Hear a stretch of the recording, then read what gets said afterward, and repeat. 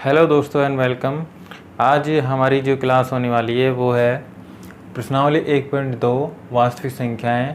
Topic है अंकगणित की आधारभूत प्रमेय यानी फंडामेंटल थ्योरम ऑफ अर्थमेटिक। पिछली क्लास में हमने यूक्लिड विभाजन प्रमेय की सहायता से एचसीएफ ज्ञात करना सीखा था और आज की क्लास में हम अंकगणित की आधारभूत प्रमेय यानी फंडामेंटल थ्योरम ऑफ अर्थमेटिक। पिछली क्लासों में हम पढ़ चुके हैं कि अगर आपको कोई संख्या दे रखी है और उस संख्या को गुणनखंड के रूप में व्यक्त करना है तो हम किस प्रकार व्यक्त करते हैं। आपने जैसे यहाँ पर लिख रखा है, मान लो 15। इस 15 को हम दो संख्याओं में तोड़ के लिख सकते हैं गुणनखंड के रूप में, यानी 3 × 5। जब मल्टीप्लाई करेंगे, गुणा करेंगे, आएगा 5 × 3 15। तो यहाँ पर 15 को तोड़ के लिख दिया इसके गुणनखंडों के रूप में। यदि मैं बात करूँ, यहाँ पर मान लो लिख रखा है 16, इसको मैं लिख सकता हूँ 8 × 2 के रूप में, या फिर इसको लिख सकता हूँ मैं 4 × 4 के रूप में। तो यहाँ पर जो 16 है इसको हम गुणनखंड के रूप में इस प्रकार लिख सकते हैं। लेकिन अगर मैं आपसे बोलूँ कि हमें इन संख्याओं को अभाज्य गुणनखंडों के रूप में लिखना है। अभाज्य गुणनखंड का मतलब होता है कि जो भी हम गुणनखंड करेंगे उनकी जो भी संख्याएं आएंगी, मतलब ये जो संख्याएं आएंगी वो अभाज्य संख्याएं आएंगी। तो अगर आपको पता है कि भाज्य संख्याएं और अभाज्य संख्याएं क्या होती है तो आप इनको आसानी से कर लोगे। तो पहले देखते हैं कि भाज्य संख्याएं क्या होती है और अभाज्य संख्याएं क्या होती है। सबसे पहले हम यहाँ पर लिखेंगे अभाज्य संख्याएं। जो आपका हेडिंग है वो है अभाज्य संख्या। अभाज्य संख्या को कहते हैं प्राइम फैक्ट नंबर।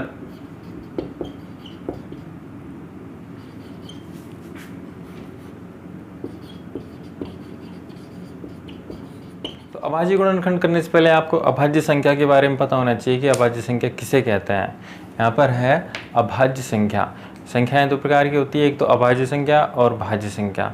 अभाज्य संख्या को कहते हैं प्राइम नंबर और भाज्य संख्या को कहते हैं कंपोजिट या संयुक्त नंबर। तो हम अगर बात करें अभाज्य संख्याओं की, तो अभाज्य संख्या की परिभाषा होती है यदि किसी संख्या में एक यानी 1 वह स्वयं के अलावा अन्य किसी संख्या का भाग नहीं जाता तो वह संख्या अभाज्य संख्या कहलाती है। जैसे कुछ उदाहरण है यहाँ पर। सबसे छोटी अभाज्य संख्या होती है 2, उसके बाद में आती है 3, 5, 7, 11, 13, 17, 19, 23, 29। इस प्रकार की जो संख्याएं होती है वो अभाज्य संख्याएं कहलाती है। क्यों? क्योंकि इन संख्याओं में एक तो स्वयं एक खुद का भाग जाता है या फिर एक का भाग जाता है, इनके अलावा अन्य किसी संख्याओं का भाग नहीं जाता। तो ये होती है अभाज्य संख्याएं। अगर हम बात करें भाज्य संख्याओं की, तो भाज्य संख्याएं क्या होती है?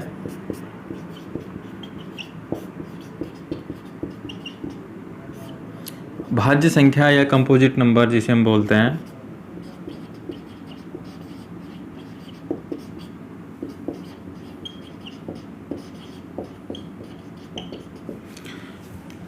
देखो जो संख्याएं होती है उनमें इन संख्याओं को छोड़कर बाकी की जो बची हुई संख्याएं होती है वो कहलाती है हमारी भाज्य संख्याएं। क्योंकि ये तो हो गई अभाज्य संख्याएं, बाकी की बची हुई कहलाएंगी भाज्य संख्याएं। अगर इनकी परिभाषा की बात आए तो परिभाषा होती है इसकी, यदि किसी संख्या में एक यानी 1 वह स्वयं के अलावा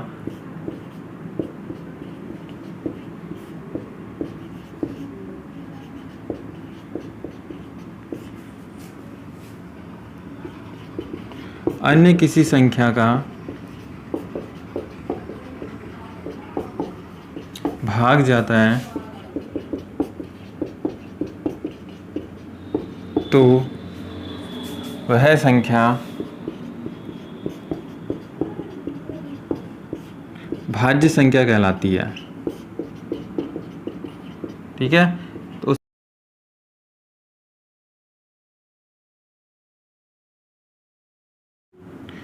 जैसे देखो 2 के अलावा बात करें हम, यहाँ पर आता है 3, 3 के बाद में आता है 4। तो यहाँ पर देखें तो 4 एक भाज्य संख्या है, क्योंकि 4 में एक तो 4 का भाग जाता है और 1 के अलावा 2 का भी भाग जाता है, देखो 2 का भाग जाता है इसमें, फिर इसके बाद में 5 अभाज्य संख्या आती है, फिर आती है 6 में 2 का भी भाग जाता है और 3 का भी भाग जाता है।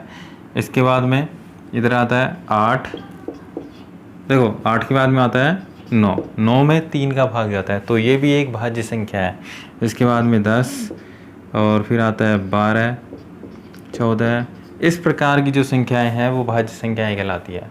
तो यहाँ पर आपको पता चल गया है कि ये तो होती है अभाज्य संख्याएं और ये होती है भाज्य संख्याएं। अभाज्य संख्याओं में एक व स्वयं के अलावा अन्य किसी संख्या का भाग नहीं जाता और भाज्य संख्याओं में एक व स्वयं के अलावा अन्य किसी संख्या का भाग जाता है। अगर बात करें इनकी तो देखें, तो यहाँ पर इन संख्याओं के अगर हम गुणनखंड करें तो 2 का गुणनखंड होगा केवल 2 × 1, इसके अलावा इसके और कोई गुणनखंड नहीं होंगे।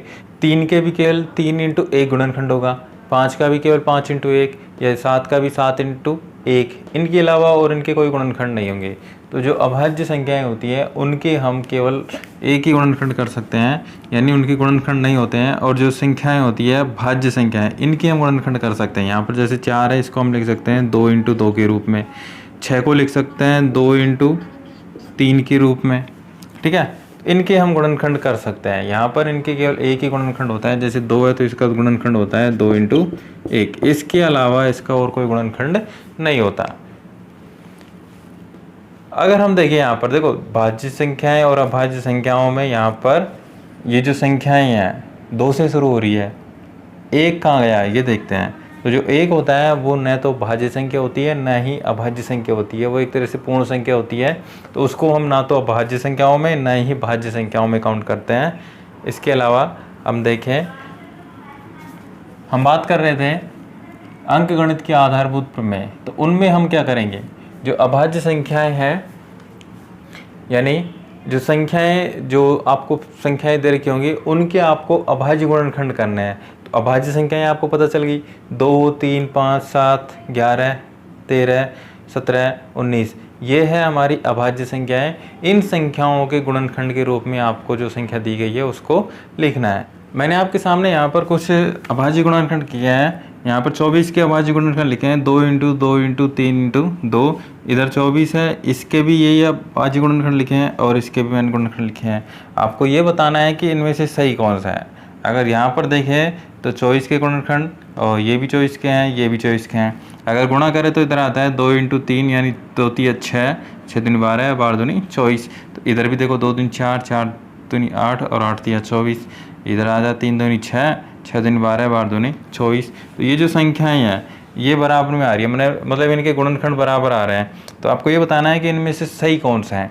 अगर हम बात करें कि अभाज्य गुणनखंड किस प्रकार करते हैं, तो अभाज्य गुणनखंड करने का तरीका होता है कि आपको एक तो सीधी खड़ी लाइन खींचनी है और एक इस तरह से तिरछी लाइन खींचनी है। इसमें ऊपर आपको यहाँ पर संख्या लिखनी है, फिर इसके बाद में भाग देना है। और किसका देना है, अभाज्य संख्याओं का। सबसे पहले हम भाग देते हैं सबसे छोटी अभाज्य संख्या 2 का, फिर 3 का भाग देते हैं, फिर 5 का, फिर 7 का, इस प्रकार हम भाग देते हैं। तो सबसे पहले भाग देते हैं 2 का। तो यहाँ पर अगर हम 24 में भाग दें 2 का तो ये आता है, देखो भाग जाएगा पूरा 12 बार, फिर 2 का भाग दोबारा से देंगे तो 2 का भाग बारह में जाएगा 6 बार, फिर दोबारा 2 का भाग देंगे इधर जाएगा 3 बार, और 3 का भाग देंगे इधर भाग जाएगा 1 बार। तो 24 के अगर गुणनखंड यहाँ पर हमें लिखूँ तो ये आते हैं 24 बराबर 2 × 2 × 2 × 3, ये हो जाते हैं इसके अभाज्य गुणनखंड। तो यहाँ पर से अगर आपको देखकर पता चल रहा है कि ये जो मैंने लिखा है कि यही है और ये सही है, तो आप गलत है, क्योंकि यहाँ पर जो भी गुणनखंड मैंने लिख रखे हैं ये सारे सही है। क्योंकि गुणनखंड को हम कैसे लिख सकते हैं, जैसे मान लो इधर लिख रखा है 2 × 3 या 3 × 2, तो इधर 2 × 3 भी 6 होता है और 3 × 2 भी क्या होता है 6। आपने पिछली क्लासों में पढ़ा होगा, ये है हमारे जो क्रम विनिमय नियम होता है उसके अनुसार, मतलब हम संख्याओं का क्रम परिवर्तित कर सकते हैं। तो क्रम परिवर्तित करने पर जो संख्याएं जो 2 पूर्णांक दे रखे हैं उनके गुणनफल में कोई परिवर्तन नहीं आता है। तो यहाँ पर इस प्रकार हम बदल कर लिख सकते हैं। तो यहाँ पर जो भी संख्याएं लिख रखी है, मतलब जो गुणनखंड लिख रखे हैं ये सारे सही है। इस प्रकार हम अभाज्य संख्याओं के गुणनखंड के रूप में जो संख्याएं दी गई है उनको लिख सकते हैं। अब बढ़ते हैं हमारे प्रश्नावली की तरफ आगे। और देखते हैं कि आगे जो संख्याएं दे रखी है उनके गुणनखंड किस प्रकार करने हैं। तो अगर बात करें फंडामेंटल थ्योरम ऑफ अर्थमेटिक की, यानी अंकगणित की जो आधारभूत प्रमेय है उसकी, तो इसकी परिभाषा होती है, कथन होता है, प्रत्येक भाज्य संख्या को अभाज्य संख्याओं के गुणनफल के रूप में व्यक्त किया जा सकता है तथा यह गुणनखंडन अभाज्य संख्याओं यानी अभाज्य गुणनखंडों के आने वाले क्रम के बिना अद्वितीय होता है। मतलब आप जो भी भाज्य संख्या आपको दे रखी है उसको आप अभाज्य गुणनखंडों के रूप में व्यक्त कर सकते हैं, और उन अभाज्य संख्याओं का यानी जो क्रम है वो जरूरी नहीं है, आपका जो भी मान आएगा वो हमेशा सेम आएगा, अद्वितीय आएगा, क्रम कुछ भी हो सकता है उसका। तो अगर हम देखें तो यहाँ पर मान लो कोई संख्या लिख रखी है 2450, इस संख्या को हमें, ये एक तरह से भाज्य संख्या है, इसको हमें लिखना है अर्थमेटिक जो हमारी थ्योरम है इसके रूप में, यानी इस प्रमेय के रूप में, जो कथन दे रखा है इसके रूप में। तो इस भाज्य संख्याओं को हमें अभाज्य संख्याओं के गुणनखंड के रूप में लिखना है। तो लिखने के लिए क्या करना है, पहले तो हमें इस संख्या के अभाज्य गुणनखंड करना है। अभाज्य गुणनखंड करने का तरीका है, आपको सबसे पहले जो संख्या दे रखी है इसके अभाज्य गुणनखंड करेंगे, मतलब अभाज्य संख्याओं का भाग देकर इसके गुणनखंड प्राप्त करेंगे। अभाज्य संख्याएं मैंने आपको बताई थी कि सबसे छोटी अभाज्य संख्या है 2, फिर आती है 3, 5, 7, 11, 13, ये हमारी अभाज्य संख्याएं होती है। हम इन अभाज्य संख्याओं का उपयोग करके इसके अभाज्य गुणनखंड करेंगे। तो अगर यहाँ पर देखें तो यहाँ पर हम सबसे पहले देते हैं 2 का भाग, तो 2 का भाग चला जाता है इस पूरी संख्या में। आपको भाजकता के नियम भी पता होने चाहिए, भाजकता के नियम होते हैं, उनके अनुसार हम पता कर सकते हैं कि संख्या में भाग जाएगा या नहीं जाएगा। यहाँ पर अगर देखें 2450 में इकाई का अंक है 0, तो 2 की भाजकता का नियम है, यदि किसी संख्या में इकाई का अंक 0, 2, 4, 6 व 8 हो तो वह संख्या 2 से पूरी तरह विभाजित होती है। तो यहाँ पर इस संख्या में 2 का पूरा भाग जाएगा, तो हम भाग देते हैं। देखो 2 एकम 2, फिर 2 दूनी 4, 2 दूनी 4, एक शेषफल बच गया, इधर हो गया 10, तो 2 5 10, ठीक है। तो 2 का भाग चला गया इधर 1225 बार। अब यहाँ पर हम भाग देते हैं दोबारा से 2 का, तो 2 की भाजकता के नियम के अनुसार यहाँ पर आना चाहिए 0, 2, 4, 6 व 8, लेकिन यहाँ पर है 5, तो इसमें 2 का भाग नहीं जाएगा। इसके बाद में हम अगली हमारी अभाज्य संख्या है 3, इसका उपयोग करेंगे। तो 3 की भाजकता के लिए हम यहाँ पर देखेंगे, इसकी भाजकता का नियम है, यदि जो संख्या दी गई है उसके अंकों के योग में 3 का पूरा भाग जाता है। देखो अंकों का योग करते हैं, इधर 1, 2, 3 और 3 और 2 5, 5 10, तो 10 में अगर 3 का भाग दे तो यहाँ पर भाग नहीं जाता, तो मतलब इसमें 3 का भाग नहीं जाएगा। 3 के बाद में आती है हमारी अगली अभाज्य संख्या 5, तो 5 का हम भाग देते हैं। तो 5 की भाजकता का नियम होता है, यदि जो संख्या दी गई है उसके इकाई का अंक या तो 0 हो या 5 हो तो वो 5 से पूरी तरह विभाजित होती है। तो यहाँ पर 5 आ रहा है, तो इसका मतलब हम 5 का भाग दे सकते हैं। तो 5 का भाग देंगे तो 5 का भाग जाएगा इधर, ठीक है, 245 बार। तो यहाँ पर भाग चला गया 245 बार। अब दोबारा से हम यहाँ पर देखते हैं इकाई का अंक 5 है, तो फिर दोबारा हम 5 का भाग दे सकते हैं। तो इधर जाएगा 5 का 20, 4, 5 9 45, ठीक है, 49 बार। अब यहाँ पर देखिए तो इकाई का अंक यहाँ पर 9 आ गया, मतलब आपको जो 5 का जो हम भाग दे रहे थे, अब 5 का भाग नहीं जाएगा। इसके बाद में देखेंगे अगली संख्या यानी 7, तो 7 का भाग देखिए अगर 49 में देते हैं तो यहाँ पर 7 का भाग जाता है 7 बार, 7 7 49, और फिर 7 का भाग 7 में जाएगा 1 बार। तो ये आ गए हमारे 2450 के अभाज्य गुणनखंड। तो इसको हम लिख सकते हैं यहाँ पर 2450 बराबर, देखो यहाँ से क्रम से लिखना है 2 × 5 × 5, ठीक है, 2 बार है इसलिए 2 बार है 7, तो इंटू 7 × 7, तो ये हो गए हमारे 2050 के अभाज्य गुणनखंड।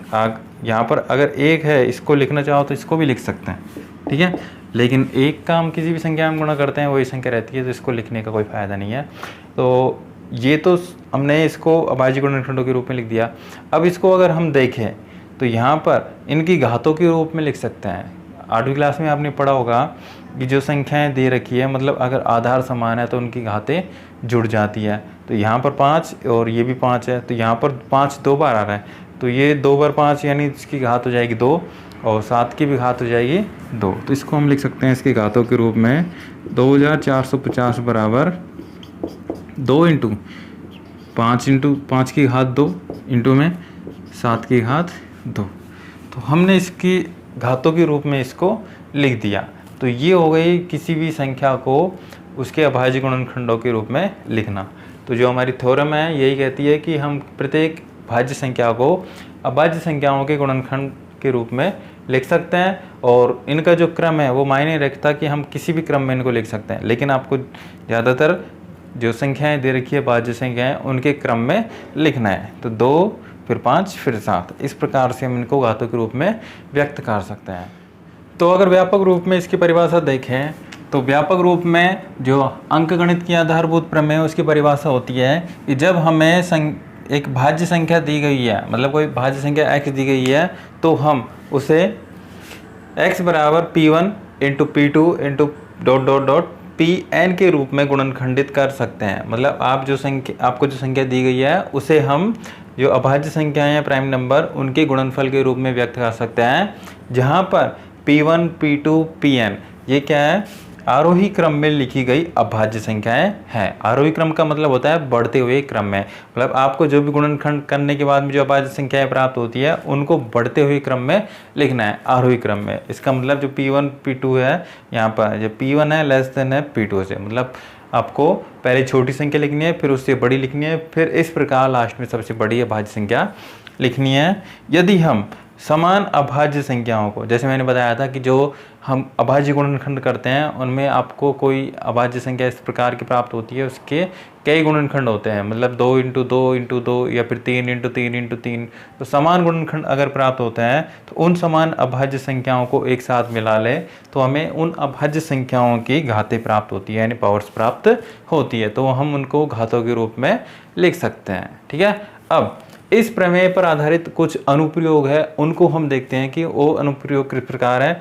मतलब आपको इस प्रमेय का उपयोग करते हुए दो संख्याओं का एलसीएम ज्ञात करना है, लघुत्तम समापवर्त, और एचसीएफ ज्ञात करना है कि किस प्रकार हम एलसीएम व एचसीएफ ज्ञात कर सकते हैं। ठीक है, तो चलते हैं आगे प्रश्नावली की तरफ।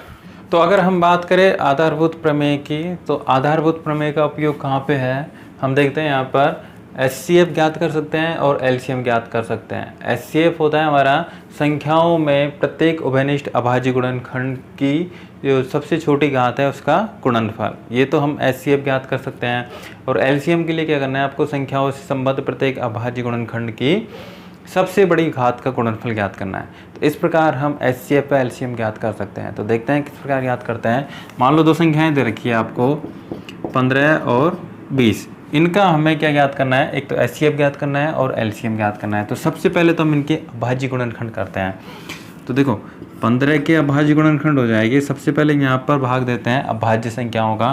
तो देखो इसमें 2 का भाग नहीं जाएगा, 2 के बाद में आती है हमारी अगली अभाज्य संख्या। अभाज्य संख्याएँ होती है हमारी इधर 2 3 5 7 11, इस प्रकार की जो संख्याएँ होती है वो अभाज्य संख्याएँ हैं। तो 2 का भाग नहीं जा रहा तो हम भाग दे रहे हैं यहाँ पर 3 का। तो 3 का भाग जाएगा 15 में 5 बार, फिर 5 का भाग देंगे 1 बार। तो इधर 15 के हमारे पास में गुणनखंड आ गए 3 इंटू 5। ठीक है, यहाँ पर 3 एक बार है तो इसकी घात 1, और 5 भी एक बार है तो इसकी भी घात 1। तो ये तो हो गए 15 के गुणनखंड। अब देखते हैं 20। तो 20 में यहाँ पर 2 का भाग जा रहा है, क्योंकि इकाई का अंक 0 है, तो 20 में 2 का भाग जाएगा 10 बार, फिर 2 का भाग देंगे 5 बार, और फिर 5 का भाग देंगे 1 बार। ठीक है, तो 20 के हमारे पास में अभाज्य गुणनखंड आ गए इधर 20 बराबर 2 इंटू 2 इंटू 5। ठीक है, इसको हम घातों के रूप में लिख सकते हैं। तो यहाँ पर घातों के रूप में हो जाएगा 2 की घात 2 इंटू 5। ठीक है, यहाँ पर देखो 5 की घात 1 है, इधर भी 5 की घात 1 है। तो अब बात करें हमारे एचसीएफ व एलसीएम की। तो एचसीएफ ज्ञात करते हैं, तो यहाँ पर लिखते हैं 15 व 20 का एचसीएफ। ठीक है, एचसीएफ क्या होता है, महत्तम समापवर्त, मतलब ऐसी संख्या इनका सबसे बड़ा कॉमन फैक्टर। आपको एक ऐसी संख्या देखनी है बड़ा कॉमन फैक्टर होना चाहिए, लेकिन यहाँ पर हम देखते हैं घातों के रूप में, तो आपको अभाज्य संख्याओं की जो सबसे छोटी घात है उसका गुणनफल ज्ञात करना है। इन दोनों में सबसे छोटी घात है जो समान है, उभयनिष्ठ होनी चाहिए, मतलब कॉमन होनी चाहिए। तो इधर देखिए तो 5 और इधर भी 5, तो यहाँ पर सबसे छोटी घात इधर 5 की 1 है, इधर भी 1 है, और कोई भी इसका कॉमन यानी उभयनिष्ठ गुणनखंड नहीं है। तो यहाँ पर केवल 5 है, तो हम यहाँ पर इसका एक संख्या लिखते हैं 5। तो 15 व 20 का एचसीएफ यानी महत्तम समापवर्त हो जाएगा 5। अब इसके बाद में बात करें हम इनके एलसीएम की यानी लघुत्तम समापवर्त की। तो एलसीएम क्या होता है? संख्याओं से संबद्ध प्रत्येक अभाज्य गुणनखंड की सबसे बड़ी घातों का गुणनफल। यानी अब बड़ी घातों के गुणनफल का मतलब है आपको एक तो बड़ी घात लेनी है, और यहाँ पे लिख रखा है संख्याओं में संबद्ध प्रत्येक, यानी मतलब आपको जो संख्याएं दे रखी है प्रत्येक अभाज्य संख्या का सबसे बड़ा यानी सबसे बड़ी घात का गुणनफल करना है। तो 3 भी इसका एक अभाज्य गुणनखंड है, 5 भी इसका अभाज्य गुणनखंड है। इधर देखिए तो यहाँ पर 2 इसका अभाज्य गुणनखंड है और 5 इसका अभाज्य गुणनखंड है। तो सबसे पहले सबसे बड़ी घात देखते हैं, इधर 2 की घात है सबसे बड़ी 2, तो इसका एलसीएम हो जाएगा 2 की घात 2 इंटू 2 के बाद में अगली अभाज्य संख्या आती है 3, तो 3 की सबसे बड़ी घात है यहाँ पर केवल 1, तो ये हो जाएगा 3 की घात 1। इसके बाद में 3 के बाद में आती है 5, तो 5 की भी देखिए यहाँ पर अधिकतम घात है केवल 1, तो इसका भी मान आ जाएगा केवल 5। अब इनको गुणा कर लेंगे और मान आ जाएगा इधर, देखो 5 3 15 और 2 की घात 2 का मतलब है 4, 15 इंटू 4 करेंगे 60। तो ये आ गया हमारा एलसीएम, 15 और 20 का एलसीएम तो आ गया हमारे पास 60, और 15 व 20 का एचसीएफ आ गया 5। इस प्रकार हम जो अंकगणित की आधारभूत प्रमेय है इसका उपयोग करके एलसीएम व एचसीएफ ज्ञात कर सकते हैं। अब इनसे संबंधित एक संबंध होता है, मतलब एलसीएम व एचसीएफ और जो संख्याएं दी गई है इनमें एक संबंध होता है। उस संबंध की हम सत्यता की जांच करेंगे आधारभूत प्रमेय की सहायता से। देखते हैं क्या संबंध होता है। जो संबंध है तो दी गई संख्याओं व एलसीएम व एचसीएफ में निम्न संबंध होता है कि किन्हीं 2 धनात्मक पूर्णांकों a और b के लिए, मतलब 2 धनात्मक पूर्णांक दे रखे हैं आपको, a और b 2 संख्याएं दे रखी है, उनके लिए संबंध होता है कि पहली संख्या a इंटू दूसरी संख्या का गुणनफल, ठीक है, दोनों संख्याओं का गुणनफल बराबर होता है एलसीएम इंटू एचसीएफ के, मतलब उनके लघुत्तम समापवर्त और महत्तम समापवर्त के गुणनफल के बराबर होता है। तो इन दोनों संख्याओं का गुणा और एचसीएम व एलसीएम का गुणा ये बराबर होते हैं। अभी हमने जो उदाहरण किया था उसके अनुसार अगर हम देखें, हमने यहाँ पर लिखा था मतलब 15 और 20, इन दोनों संख्याओं का एलसीएम तो हमारे पास में आया था 60 और एचसीएफ आया था 5, ठीक है। इनका एलसीएम व एचसीएफ इस प्रकार प्राप्त हुआ था। तो हम अगर इस संबंध से इसकी सत्यता की जांच करें तो देखें, तो यहाँ पर मान रखते हैं पहली संख्या इंटू दूसरी संख्या, मतलब आपको मान रखना है। तो पहली संख्या तो है हमारे पास में 15 और दूसरी संख्या है 20, ठीक है। तो पहली संख्या इंटू दूसरी संख्या, दोनों का गुणनफल हमने यहाँ पे लिख दिया। इसके बाद में आगे लिखना है एलसीएम इंटू एचसीएफ। तो एलसीएम है हमारे पास में 60 इंटू एचसीएफ है 5। अगर ये दोनों पक्ष आपस में बराबर आते हैं तो जो हमारी प्रमेय हम जो पढ़ रहे थे अंकगणित की आधारभूत प्रमेय, उसकी सहायता से हम इसको सत्य सिद्ध कर सकते हैं, ठीक है। तो यहाँ पर गुणा करते हैं, तो गुणा करने पर क्या आता है, देखो ये हो जाएगा 0 और 30, मतलब 300 इधर आ गया, और इधर भी गुणा करें तो यहाँ पर आ जाएगा 300। तो दोनों जो पक्ष है दोनों तरफ के वो आपस में बराबर है, तो हम कह सकते हैं कि जो ये संबंध है ये सत्य होता है। इसकी और डिटेल आगे हम पढ़ेंगे प्रश्नावली में। अब चलते हैं हमारी प्रश्नावली की तरफ, जो प्रश्नावली का पहला प्रश्न है उसकी तरफ, ठीक है।